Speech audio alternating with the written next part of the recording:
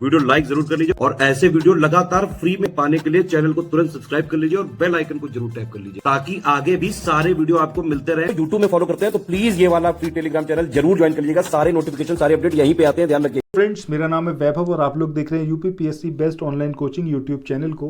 दोस्तों, जैसा आपको पता है कि 2000 क्वेश्चन का हमारा करंट अफेयर का एक सीरीज चल रहा है, 5000 क्वेश्चंस का सामान्य अध्ययन का एक सीरीज चल रहा है। इसके अलावा हिस्ट्री के कंपाइलेशन को हमने स्टार्ट किया था, उसको भी साथ में कैरी ऑन करते हुए चलेंगे।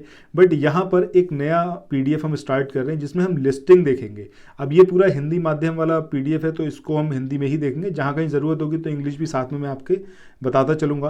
तो देखिए, यहाँ पर ये हिस्ट्री का जो कंपाइलेशन है, एक तरीके से कहें तो हम पूरी लिस्टिंग है, ठीक है। अब ये स्टडी फॉर सिविल सर्विसेज का जो पेड ग्रुप का मटेरियल है वो आपको यहाँ पर वीडियो की फॉर्म में मिल रहा है। अगर आप चाहें इसका पीडीएफ लेना तो आपको हमारे पेड ग्रुप को ज्वाइन करना होगा। अच्छा देखिए, ये इतना ज़्यादा इंपॉर्टेंट है कि आपका चाहे कोई वनडे एग्जाम हो गया, चाहे वो पीसीएस हो गया, आरओ हो गया, बीई हो गया, यूपीएससी हो गया, कुछ भी हो गया, हर कहीं क्वेश्चन आपको यहीं से मिल जाएंगे, ठीक है। देखिए, अब यहाँ पर एक एक चीज़ समझते हुए चलिएगा, जहाँ कहीं ज़रूरी होगा ट्रिक मैं आपको बताऊंगा उसको याद रखने की। अब ये महत्वपूर्ण घटनाएं हैं, इवेंट्स हैं और ये उनकी तिथियां यानी कि उनकी डेट्स हैं। अब यहाँ पर सबसे पहले सिंधु घाटी सभ्यता जो थी उसके प्रथम नगर का जो पता चला है कितने साल पुराना है, तो वो है आपका 4700 वर्ष पूर्व के लगभग। इसको तो आपको एज इट इज़ याद रखना है। इसके बाद गंगा घाटी के नगर मगध का जो बड़ा राज्य है, ये जो है आपका कौन से ईयर के आसपास है, तो लगभग आपका 2500 वर्ष पूर्व के लगभग जो है गंगा घाटी के नगर या फिर मगध का जो बड़ा राज्य था उसके बारे में है कि ये इतना पुराना है। इसके बाद नेक्स्ट हम बात करें हड़प्पा सभ्यता की तिथि। तो हड़प्पा सभ्यता की तिथि की बात करें तो ये तिथि कब से कब तक की है आपकी 2500 ईसा पूर्व से 1750 ईसा पूर्व के आसपास। मतलब अगर हम आज से इसको काउंट करेंगे तो इतने ही साल ईसा के बाद और ईसा से पहले के 2500 साल उसके अंदर ऐड कर दो आप, तब ये टोटल मिला के कितना आ जाएगा आपका लगभग 4700 ईसा मतलब वर्ष पूर्व, मतलब आज से अगर आप देखोगे तो, ठीक है। इसके बाद अब ये वाला जो यहाँ पर है ना कि सिंधु घाटी सभ्यता की तिथि, ये अक्सर एग्जाम में पूछा जाता है। तो 2500 से 1750 ईसा पूर्व, ये आपको एज इट इज़ याद रखना है, ठीक है। चलिए नेक्स्ट हम बात करें, इसके बाद आती है ऋग्वेद की रचना का जो काल था, ये कब से कब तक के बीच का था। तो ऑब्वियसली बात है, जब सिंधु घाटी सभ्यता खत्म हुई इसके बाद फिर ऋग्वैदिक काल आया, तो ये आपका कब से होगा 1500 से और 1000 ईसा पूर्व। मतलब यहाँ से आप सिंपली 1000 साल घटा दो सिंधु घाटी सभ्यता के ईसा पूर्व के, उसके बाद आपको यहाँ पर ये मिल जाएगा, ठीक है। क्या मिल जाएगा? ऋग्वेद की जो पूरा रचना हुई थी, वो जो काल था उसके बारे में बात हो रही है। इसके बाद नेक्स्ट हम बात करें उत्तर वैदिक काल। उत्तर वैदिक काल में आप 500 साल घटा दो, ठीक है। मतलब सबसे पहले आप देखें, अब यहाँ पर देखो एक कोशिश करते हैं बनाने की। सबसे पहले हड़प्पा वाले का आप याद रखो कितना 2500, इसमें से आपने क्या करा 1000 घटा दिए, हो गए 1500, फिर आपने 500 घटा दिए, हो गए 1000, ठीक है। तो यहाँ पर सबसे पहले हड़प्पा वाली आ गई, उसके बाद ऋग्वेद आ गया, उसके बाद आपका उत्तर वैदिक काल आ गया, ठीक है। इस तरीके से आपको इसको यहाँ पर याद करते हुए चलना है। अब इसके जो इधर वाले साल हैं कि अगर 2500 से 1750, इसको आपको एज इट इज़ याद रखना होगा। यहाँ पर बात करें तो 1000, मान लो कि यहाँ पे आपने 500 घटा लिए और 500 घटा लिए मतलब 1000 यहाँ पर आ जाएगा। 1000 से ही आपका ये वापस स्टार्ट हो गया क्या? उत्तर वैदिक काल। तो ये कब तक चला आपका? 600 ईसा पूर्व तक।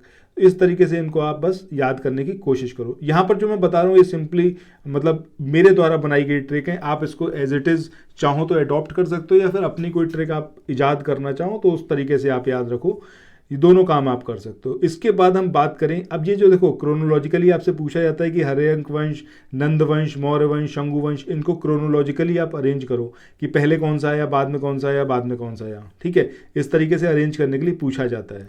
तो यहाँ पर आप सिंपली ये याद रख सकते हो H&M, एक ये ब्रांड है, ये कपड़ों का बहुत फेमस ब्रांड है, इंटरनेशनल ब्रांड है H&M, और S और याद रख लो इसमें H&MS, ठीक है। सो H&M याद रखो, उसमें S और लगा दो। तो यहाँ पर आपको सबसे पहले क्या हो जाएगा? हर्यंक वंश हो जाएगा, फिर क्या हो जाएगा? नंद वंश, फिर क्या हो जाएगा? मौर्य वंश, उसके बाद क्या हो जाएगा? शंगु वंश। इसको आपने क्रोनोलॉजिकली याद कर लिया, ठीक है। अब यहाँ पर बात आती है, ये जो आप डेट्स देख रहे हो ये, ठीक है, इनको आपको पैरेलली चाहो तो एज इट इज़ याद रखो। अदरवाइज अगर आपको ये पता है, क्योंकि अरेंज करने के लिए आता है बेसिकली, ये बहुत रेयर होता है कि आपसे ये पूछा जाए कि इनकी रेंज बताओ, बट फिर भी आपने अगर एक बार यहाँ पर देख लिया है तो आपको काफ़ी कुछ यहाँ पर याद रह जाएगा। अच्छा, यहाँ पर अगर हम बात करें उत्तर वैदिक काल की, तो ये कब तक था आपका 600 ईसा पूर्व, 1000 से 600 ईसा पूर्व। अब इसके बाद हर्यंक वंश स्टार्ट हुआ है, तो भैया कुछ तो टाइम लैप्स हुआ ही होगा बीच में, ठीक है, एक ट्रांजिशन फेज चला होगा। उसके बाद हर्यंक वंश की स्थापना हुई। कमेंट सेक्शन में बताना हर्यंक वंश की स्थापना किसने करी है, नंद वंश की बताना, मौर्य की बताना, शंगु की बताना, ये मैंने आप लोगों पर छोड़ा है, ठीक है। रिकॉल करना तो अल्टीमेटली आपका ही काम है। तो यहाँ पर 544 ईसा पूर्व से 412 ईसा पूर्व, ठीक है। इसके बाद अगला जो आया आपका 345 आया, ठीक है, और कब से रहा, 321 तक रहा। इसके बाद 321 को आपने वहीं से उठा लिया, 321 से 184, 184 को यहीं से उठा लिया, तो 184 से 75 ईसा पूर्व, समझ रहे हैं। अब यहाँ पर एक आप सिंपली इसको याद रख सकते हो। सबसे पहले 544 नंबर याद रखना है, इसके बाद 345 नंबर याद रखना है, इसके बाद 321 नंबर याद रखना है, इसके बाद 184 नंबर याद रखना है, ठीक है। सो यहाँ पर अब आप देखना शुरू करोगे, सबसे पहले क्या आया, यहाँ पर क्या चल रहा है आपका, सारे ही नंबर कैसे हैं आपके, ऑड नंबर हैं, 5 3 1, यही आपका सीक्वेंस होता है, 1 3 5, ये सारे ऑड नंबर होते हैं, ठीक है। तो जब हम हर्यंक वंश की बात करेंगे, हर्यंक से शंगु वंश की, यानी कि H&M जो ब्रांड है उसमें एस और ऐड करना है, ठीक है। तो हर्यंक वंश, उसके बाद नंद वंश, फिर मौर्य वंश और फिर शंगु वंश, तो HNMS, ठीक है। अब यहाँ पर क्या रहेगा आपका, ऑड नंबर्स रहेंगे, 5 3 3 1। जो यहाँ पर नंबर लिखा हुआ है, जैसे यहाँ पर 184 रखा हुआ है, तो यहाँ पर सिंपली 184 लिख देना है। यहाँ 321 लिखा है तो यहाँ पर 321 लिख देना है। और यहाँ पर कितना लिखा हुआ है आपका, 345, बट यहाँ पर थोड़ा सा चेंज है, इसको 412 तक याद रखना है, ठीक है। बाकी इसको आप एज इट इज़ यहाँ पर याद रख सकते हैं, यहाँ पर 75 ईसा पूर्व। एटलीस्ट ये है कि आपके दिमाग में कुछ ना कुछ वहाँ पर स्ट्राइक कर जाएगा। पहला 544, अच्छा ठीक है। इसके बाद हम नंदवंश की बात करें, अच्छा तो ये तो भैया 345 होगा, क्योंकि सब में एक क्या चलेगा, ऑड नंबर चलेगा। पहला नंबर क्या है, ऑड नंबर है, 1 3 5, समझ रहे हैं। इस तरीके से देखिए, ये जस्ट एक ट्रिक है, मतलब यहाँ पर आपकी ट्रिक भी ऐसी होनी चाहिए, जब एग्जामिनेशन में आप बैठो, क्वेश्चन पेपर आप देख रहे हो, उस मोमेंट पर आप चीज़ों को रिकॉल कर पाओ। जो ऑप्शंस होंगे, ऑप्शंस के अंदर से आप अपनी ट्रिक को निकाल पाए अगर, तभी सक्सेस हो पाए। क्योंकि अदरवाइज आप देखोगे तो भैया इतने सारे सब्जेक्ट हैं, बहुत सारी ट्रिक हो जाएंगी, फिर ट्रिक को याद रखना एक अलग काम हो जाएगा। लेकिन अगर ऑप्शन के अंदर से आप चीज़ों को खोज पाए, उसी के अंदर कुछ ना कुछ ऐसा बना के चलना है कि जब ऑप्शन दिखे, वो ऑप्शन खुद ये बोल पाए कि भैया हम आंसर है, हमें सिलेक्ट करो, समझ रहे हैं। इसके लिए मैं आपको बता रहा हूँ कि यहीं से हम कोशिश करेंगे ट्रिक बनाने की, कोई अलग से एक्स्ट्रा कुछ भी नहीं। चलो, इसके बाद हम बात करें महाजनपदों की, ठीक है। महाजनपद तथा गंगा के मैदानी इलाकों में नगरों का विकास तथा उपनिषद या फिर जैन धर्म तथा बौद्ध धर्म से जुड़े जो विचार थे, इनका उदय, ये कब से हुआ आपका, 500 ईसा पूर्व के आसपास। इस डेट को याद रखने की कुछ खास ज़रूरत नहीं है, बट इतना याद रहना चाहिए कि ये महाजनपद और ये जो बौद्ध धर्म और जैन धर्म, इन सब का विकास हुआ लगभग 500 ईसा पूर्व के आसपास हुआ है। इसके बाद आगे हम देखें, नेक्स्ट है आपका पश्चिमोत्तर में जो सिकंदर था, इसका आक्रमण कब हुआ, ये आप ज़रूर याद रखिएगा, 327 से 325 ईसा पूर्व, ठीक है। 327 से 325, हम किसकी बात कर रहे हैं, हम बात कर रहे हैं सिकंदर की, ठीक है। अब इतना आपको ये चीज़ समझ में आई रही होगी कि भैया जब महाजनपद वगैरह सब हो गए, प्रॉस्पेरिटी हो गई, उसके बाद ही आक्रमण हुआ होगा। तो सिकंदर का आक्रमण हुआ, ठीक है, कब हुआ, 327 से 325 के बीच में। और अभी तक हम ईसा पूर्व की बात कर रहे हैं, ठीक है। चलिए फिर अगले इवेंट की बात करें। अगला इवेंट है यहाँ पर चंद्रगुप्त मौर्य का राजा बनना। ये लगभग 321 ईसा पूर्व के आसपास हुआ। इसके बाद अशोक का शासनकाल, ये शासनकाल जो है 227 268 ईसा पूर्व से 231 ईसा पूर्व के बीच में लगभग। अब ये एग्जाम में आपको एज इट इज़ नहीं पूछा जाएगा, बट आपसे सिंपली ये पूछा जाएगा कि इन जो घटनाएं थी, इन घटनाओं को आप अरेंज करो।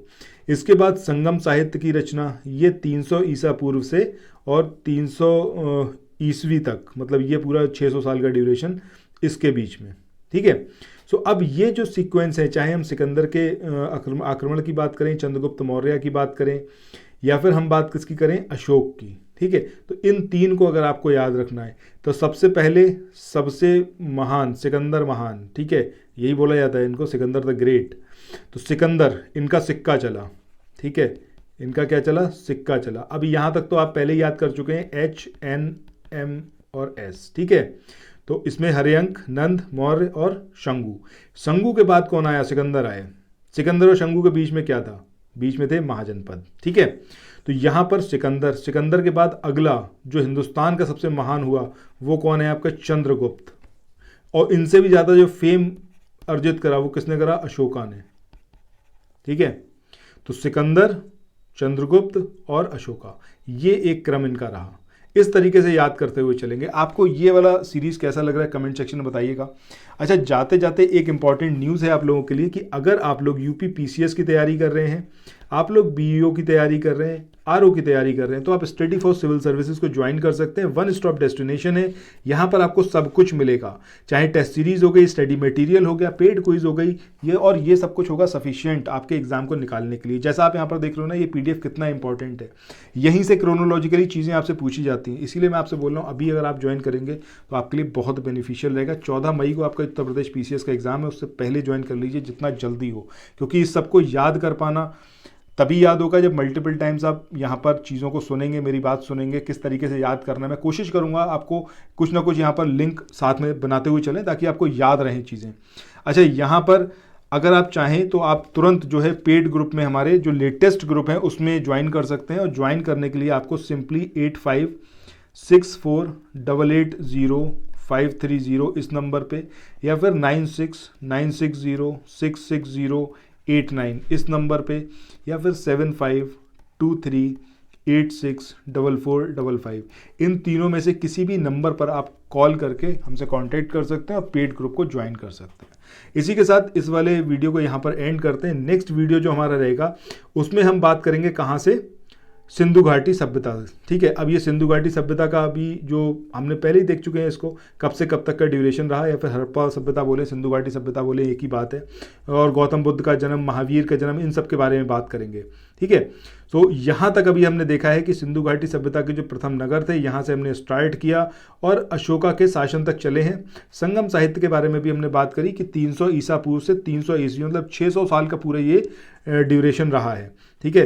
300 ईसा पूर्व से कब तक, 300 ईस्वी तक। अब मतलब क्या हो गया, 300 साल उधर, 300 साल इधर, टोटल कितना, 600 साल का ड्यूरेशन, ठीक है। तो यहाँ तक हमने अब कवर कर लिया है, कहाँ तक, संगम साहित्य की रचना तक। नेक्स्ट वीडियो में यहाँ पर आगे हम लिंकअप करने की चीज़ों को कोशिश करेंगे। चलिए फिर मिलते हैं नेक्स्ट वीडियो में। Till then thank you so much, have a nice day, bye bye.